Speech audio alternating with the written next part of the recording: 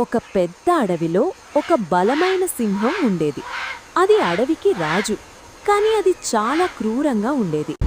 ప్రతిరోజు జంతువులను వేటాడి భయపెట్టేది. అడవిలోని జంతువులన్నీ చాలా భయపడ్డాయి.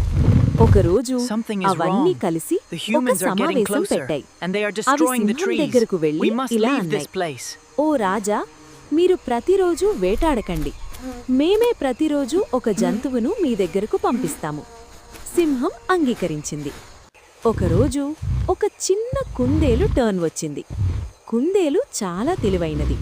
అది సింహం దగ్గరకు ఆలస్యంగా వెళ్ళింది. సింహం కోపంగా అడిగింది, ఎందుకు ఆలస్యంగా వచ్చావు? కుందేలు చెప్పింది, మా దారిలో ఇంకో సింహం వచ్చింది. అదే ఈ అడవికి నిజమైన రాజు అని చెప్పింది.